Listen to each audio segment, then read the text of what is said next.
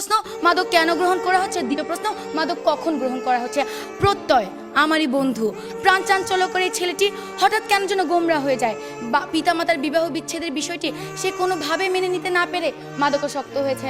Speaker, আমি যখন তাকে জিজ্ঞেস করি তখন সে আমাকে উত্তরে বলে যে সিমিন, আমি যখন ঘুমের ওষুধ খাই না তখন আমার শান্তি লাগে, আমি না সব ভুলে যাই। মা বাবা যতই ঝগড়া করুক না কেন আমার কিছুই আমার কানে যাচ্ছে না। স্পিকার, সে আমাকে সেটিও বলেছে যখন আমি দেয়ালে আঘাত করি তখন দেয়াল দুলে কিন্তু আমার হাত দুলে না। ফিরে আসছি আবারও আমাদের বিরোধী দলের বক্তাদের কাছে। আহ্বান করছি মাননীয় বিরোধী দলীয় উপনেতা মার্জিয়া কবিরকে এই পর্যায়ে তার বক্তব্য প্রদান করার জন্য। 48, 52, 71 আর 90, 21 শতকের প্রেরণা। এখনই সময় হবে নতুন স্বপ্নের সূচনা। আর এই নতুন স্বপ্ন সূচনার অগ্রযাত্রা আজ থেমে গেছে যুব সমাজের অবক্ষয়ের কারণে। ধন্যবাদ স্পিকার আজকের এই মহান সংসদে আমাকে ফ্লোর প্রদানের জন্য। মাননীয় প্রধানমন্ত্রী কর্তৃক উত্থাপিত প্রস্তাবটি হচ্ছে এই সংসদ মনে করে যে যুব সমাজের অবক্ষয়ের প্রধান কারণ মাদক। স্পিকার, আমি যখন এই বিষয়টি পেয়েছি বিরোধিতা করার জন্য তখনই আমার মনে দুটি প্রশ্ন জেগে ওঠে। প্রশ্ন, মাদক কেন গ্রহণ করা হচ্ছে? দ্বিতীয় প্রশ্ন, মাদক কখন গ্রহণ করা হচ্ছে? এই দুটি প্রশ্নের উত্তর যখন আমি বের করছি ঠিক তখনই দেখা গেছে যুব সমাজের অবক্ষয়ের কারণে আজকে মাদক গ্রহণ করা হচ্ছে, মাদকের কারণে আর যুব সমাজের অবক্ষয় নয়। স্পিকার, আর এরই মাধ্যমে আমার দলীয় অবস্থান স্পষ্ট হয়ে যায় এবং সরকারি দলের অবস্থান পুরোপুরি ভেঙে পড়ে। স্পিকার, সরাসরি চলে যাচ্ছে আমার দলের নেতা কর্তৃক অর্পিত দায়িত্বে। আমি আজকে আমার জীবনের বাস্তবধর্মী একটি কাহিনী বলবো। প্রত্যয় আমারই বন্ধু, প্রাণ চাঞ্চল্যকর এই ছেলেটি হঠাৎ কেন যেন গোমরা হয়ে যায়। বা পিতামাতার বিবাহ বিচ্ছেদের বিষয়টি সে কোনোভাবে মেনে নিতে না পেরে মাদকাসক্ত হয়েছে। স্পিকার, আমি যখন তাকে জিজ্ঞেস করি তখন সে আমাকে উত্তরে বলে যে সিমিন, আমি যখন ঘুমের ওষুধ খাই না তখন আমার শান্তি লাগে, আমি না সব ভুলে যাই। মা বাবা যতই ঝগড়া করুক না কেন আমার কিছুই আমার কানে যাচ্ছে না। স্পিকার, সে আমাকে সেটিও বলেছে যখন আমি দেয়ালে আঘাত করি তখন দেয়াল দুলে কিন্তু আমার হাত দুলে না। স্পিকার, এই ক্ষেত্রে যে ভালোবাসা তার পিতামাতার কাছ থেকে পাওয়ার কথা ছিল সে শান্তি নাকি সে মাদকের কাছ থেকে পাচ্ছে? আর এই ক্ষেত্রে যদি মাদকাসক্তি প্রধান কারণ হয় তাহলে কেন সচেতন পরিবারের একজন সদস্য হয়ে আপনি মাদক গ্রহণ করছেন না? প্রশ্ন রয়ে গেল জাতির এই মহান সংসদে, প্রশ্ন রয়ে স্পিকার সরকারি দলের কাছে।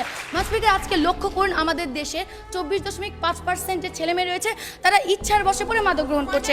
এখন তাদের কথা হচ্ছে তারা হচ্ছে এক্সেপশনাল, আর আমরা সকলে জানি exceptional is never be called normal. Speaker, লক্ষ্য করুন আজকে পরিবার থেকে যে মাননীয় বিরোধী দলনেতা একটুখানি যে প্রশ্নটি নিয়ে আমরা আপনি আপনার পারিবারিক একজন মানুষের উদাহরণ দিয়ে পুরো বাংলাদেশের সকল যুবকদের উদাহরণ আপনি তুলে ধরতে পারেন না। স্পিকার, আপনি একজন মানুষের মাদকাসক্তের কারণ নিয়ে পুরো বাংলাদেশের প্রত্যেকটি যুব সমাজের অবক্ষয়ের জন্য মাদকাসক্তি মাননীয় স্পিকার, কোথায় একজনের মাদকাসক্তি নিয়ে আমরা কোথায় উদাহরণ তুলে ধরেছি? তাহলে আজকে আপনি বলে যাবেন যে আজকে যে অবক্ষয়গুলো ঘটছে সেই অবক্ষয়ের মধ্যে যদি আমরা মাদককে উঠিয়ে দিই যুব সমাজে কি আর কখনো অবক্ষয় ঘটবে না? আর যখন মাদক ছিল না তখন কি যুব সমাজে অবক্ষয় ঘটেনি? আচ্ছা করে অবশ্যই উত্তর দিয়ে যাবেন। মাননীয় স্পিকার, পয়েন্ট অফ ইনফরমেশন, যখন মাদক ছিল না তখন অবক্ষয়ের মাত্রা এত ছিল না। দিনে দিনে মাদকের সহজলভ্যতা এবং মাদকের পরিমাণ দিন দিন বৃদ্ধি পাচ্ছে। শেষে এখন এই জন্যই আমাদেরকে আমরা সেই ব্যাখ্যায় পরে যাব। মাননীয় সংসদ নেতা আসুন আপনার বক্তব্য প্রদান করুন। স্পিকার, পরিবার a strong family bondage is a precondition for a successful social administration. পরিবার থেকে একটি সন্তান সামাজিক নৈতিক মূল্যবোধ শিখে, কিন্তু এই সন্তানরা পরিবার থেকে সেই সামাজিক নৈতিক মূল্যবোধ শিক্ষা পাচ্ছে কি? স্পিকার, প্রশ্ন রয়ে গেল সরকারি দলের কাছে। স্পিকার, আজকে ঐশী হচ্ছে বর্তমানে আলোচিত একটি নাম, কিন্তু ঐশীর নৈতিক অবক্ষয় কখন ঘটেছে? যখন সে দেখেছে তার পিতা অবৈধ উপায়ে অর্থ উপার্জন করছে, ঠিক তখন ঘটেছে যখন দেখেছে তার পিতামাতা তারই ব্যাপারে অসচেতন। আর সেই নৈতিক অবক্ষয় তাকে ঠেলে নিয়ে গেছে মাদকের কাছে, মাদক তাকে সেই নৈতিক অবক্ষয়ের দিকে ঠেলে নেয়নি। স্পিকার, আজকে লক্ষ্য করুন যে আজকে শিক্ষাই জাতির মেরুদণ্ড। আর কতটুকু নৈতিকতার বিসর্জন দিলে আজকে আমাদের বাংলাদেশের সর্বোচ্চ বিদ্যাপীঠ ঢাকা ইউনিভার্সিটির কয়েকটি প্রাঙ্গণ আজ পরিণত হয়েছে গাধার রাস্তায়। স্পিকার, আর কত নৈতিকতার বিসর্জন দিলে আপনারা স্বীকার করবেন যে যুব সমাজের অবক্ষয়ের প্রধান কারণ কখনোই মাদক নয়?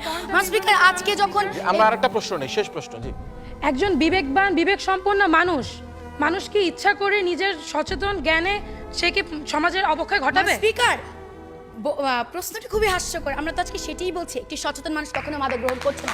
যখন নৈতিক অবক্ষয় ঘটছে সম্পূর্ণ প্রশ্ন, মানুষের বিবেক কখন লোপ পায়? প্রতিপক্ষ বন্ধু, মাদকের কারণে কি মানুষের বিবেক লোপ পাচ্ছে? যখন সে অসচেতন, ধর্মীয় শিক্ষা মেনে চলছে না, সুশিক্ষার অভাব হচ্ছে, ঠিক তখনই নৈতিক অবক্ষয় করছে এবং ঠিক তখনই সে মাদক গ্রহণ করছে। আমি আমার বক্তব্য অনেক পরিবারে আজকে লক্ষ্য করুন যে অর্ডার প্লিজ। স্পিকার আর কতটুকু নৈতিকতার বিসর্জন দিলে তারা এটি স্বীকার করবেন যে যুব সমাজে অবক্ষয়ের পিছনে কখনোই মাদক প্রধান কারণ না স্পিকার লক্ষ্য করুন আজকে একটি যুবক যখন তার বাবার কষ্টের টাকায় লেখাপড়া করে যখন চাকরি পাচ্ছে না, যখন দারিদ্রতার কারণে তার সকল ইচ্ছাকে আজ কবর দিতে হচ্ছে, ঠিক সেই সময়টায় যে হতাশা, সেই হতাশাকে আপনারা বুঝবেন। সেই হতাশার কারণে আজকে সে বিভিন্ন ধরনের অপরাধ দিকে ঝুঁকে যাচ্ছে স্পিকার। আর অপরাধ কতটুকু মাদক নিয়ন্ত্রণ করছে আজকে আমার সেটি সরকারি দলের কাছে প্রশ্ন স্পিকার লক্ষ্য করুন আজকে আমরা যে ধর্ম আমাদেরকে শান্তি দিক শিখাবে, ধর্ম শান্তির প্রতীক, কিন্তু আজকে যে ধর্মের নামে আমরা এই যুব সমাজ মৌলবাদ জঙ্গিবাদ ছড়াচ্ছে, সেইটুকুর কারণে যে অবক্ষয় ঘটছে তা কিভাবে মাদক নিয়ন্ত্রণ করবে স্পিকার? আর প্রশ্ন রয়ে গেল সরকারি দলের কাছে স্পিকার, এগুলোর মাধ্যমে আজকে আপনারা কিভাবে বলছেন যে যুব সমাজে অবক্ষয়ের প্রধান কারণ হচ্ছে মাদক?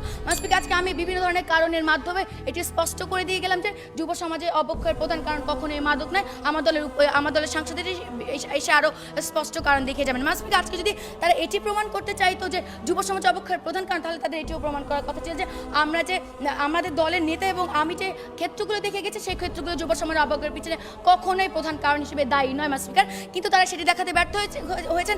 আশা করি সাংসদ এসে সেটি দেখিয়ে যাবেন। যদি সেটি দেখাতে না পারেন তাহলে আজকের এই মঞ্চের প্রত্যেকটি মানুষ মানতে বাধ্য যুব সমাজের অবক্ষয়ের পিছনের প্রধান কারণ কখনোই মাদক নয়। আজকে নৈতিক অবক্ষয়ের কারণে, পারিবারিক অসচেতনতার কারণে অবক্ষয় ঘটছে এবং সেই অবক্ষয় তাকে নিয়ে যাচ্ছে মাদকের দিকে স্পিকার। আজকে তাদের কথা শুনে মনে হচ্ছে যে তাদেরকে যদি কেউ ইট ছুঁড়ে মারে তারা তাদের বিপরীতে ফুল ছুঁড়ে মারবে, কিন্তু সেই ফুলের সাথে যে টপটি থাকবে সেটি তারা আজকে অস্বীকার করে যাচ্ছে স্পিকার। আজকে তারা তিনজন চোখ বন্ধ করে রাখতে পারে, কিন্তু এই 16 কোটি বাঙালির সাথে আপনার চোখটিও খোলা আছে স্পিকার। আপনি দেখতে পারবেন যে আসল সত্যিটা কি। তাই আজকে আমরা যুব সমাজের অবক্ষয় রোধ করতে চাই স্পিকার। তাই আজকে আপনার কাছে বিনীত আবেদন এই সংসদে যাতে এই প্রস্তাবটি গৃহীত না হয় এবং যুব সমাজের অবক্ষয় রোধ করতে আপনি আমাদের সাথে এগিয়ে আসেন। ধন্যবাদ স্পিকার, ধন্যবাদ সবাইকে। ধন্যবাদ মার্জিয়া কবিরকে।